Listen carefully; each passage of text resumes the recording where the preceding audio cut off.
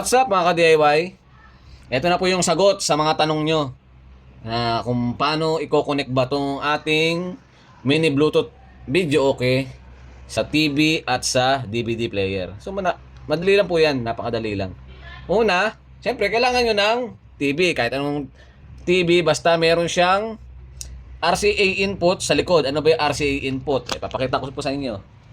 Papakita ko sa inyo itong TV na to. Ito pong sinasabi kong RCA input, itong saksakan ng dilaw, yung pang AB. Ito. Lalagay nyo ito sa ito, ikakabit nyo doon sa likod naman ng DVD player. Ito po yung ating DVD player. Yan, kung may kulay naman po yan eh. Okay, doon po yan nakakonekta sa TV. Bali yan lang po ang nakakabit sa TV, wala nang iba. Tapos, yung pula at puti ng AB, ay papasok naman po yan sa speaker natin. Dito po. Ayan.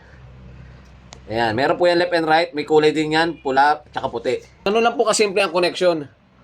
So, itetest po natin to para makita nyo kung paano po ito paganahin. Okay. Alayo ko lang po ito para makita nyo ng buo. Ang una natin bubuksan siyempre, itong ating TV. Saan natin yung TV natin? So, dapat ang TV nyo nakaset dun sa AB, yung para sa RCA. O yan, sa akin nakaset na sa AB. Makita nyo naman yung sama menu ng TV nyo eh. Tapos, buksan natin yung DVD player. O, ganun lang. Platinum agad. Okay? So, paano naman po ito papatunugin sa ating Bluetooth video okay?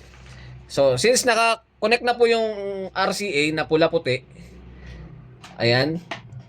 Ito naka-connect na. Open naman natin tong ating speaker. Okay, open natin. The Bluetooth device is ready to pair. Oh, yan. The Bluetooth device Ayan, is connected successfully. Bumalik pa rito sa cellphone na to.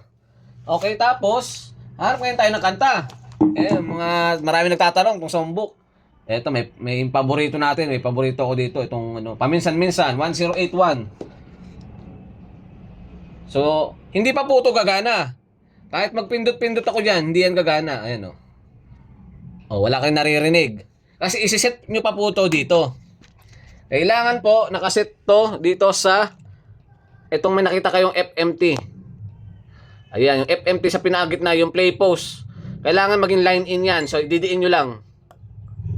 Line in. Ayan. Pag nag-line in po, automatic na yan ko connect sa DVD player natin. So, kung ano ang binabato ng sounds ng DVD player, dito na po yung lalabas. So, testing natin. Pipili tayo ng kanta. 1, Ayan o. 0, 8, 1. Play natin. Hello, sound check. Ito po ang request niya, no? Kakantahan ko na din kayo.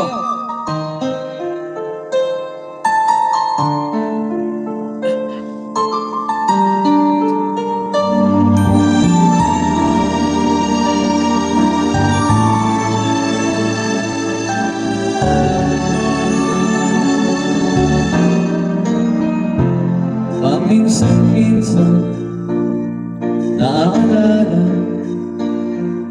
pa rin kita.